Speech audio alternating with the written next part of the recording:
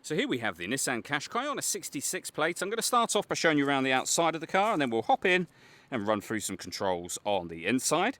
From the outside, you can see it's a 5-door car with alloy wheels and tinted windows. We're going to start off inside the boot first of all.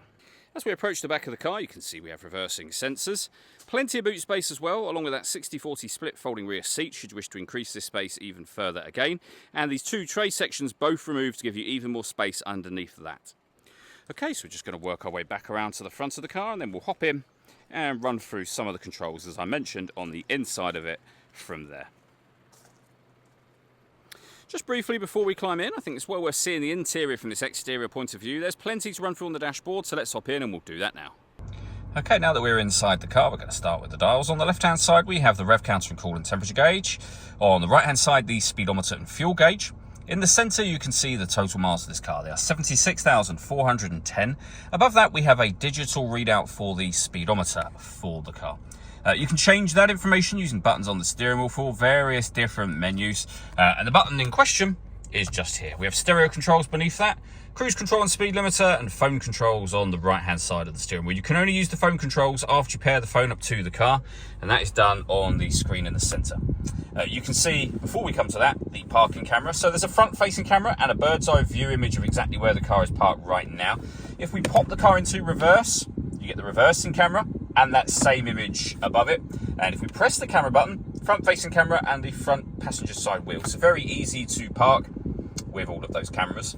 Up here, you can pair your phone, as I mentioned. So top left-hand corner, and then connect, and then pair a new device from there.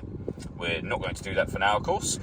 When it comes to radio, we have got AM, DAB, and FM. If you want to listen to your own music, you can do so via the CD player, the auxiliary input, and Bluetooth audio as well. So loads of ways to listen to your music in this car. We have, on top of all of that, satellite navigation as well. Working our way down, we have dual zone climate control. You can adjust the passenger temperature, driver temperature. You can increase and decrease the fan speed. You can determine what direction you'd like the air to be distributed in.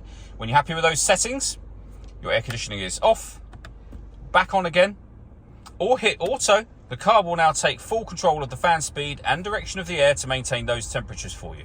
You can override that whenever you wish to.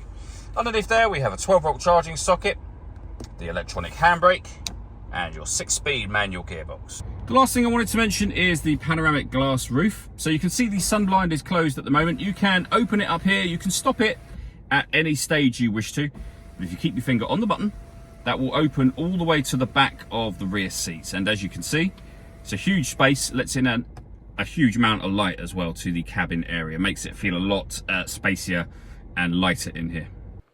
All that leaves me to say is thank you for taking the time to watch this video. If you'd like to come and see the car for yourself and have a test drive, please feel free to give us a call here at Surrey Specialist Cars. We'd love to hear from you soon.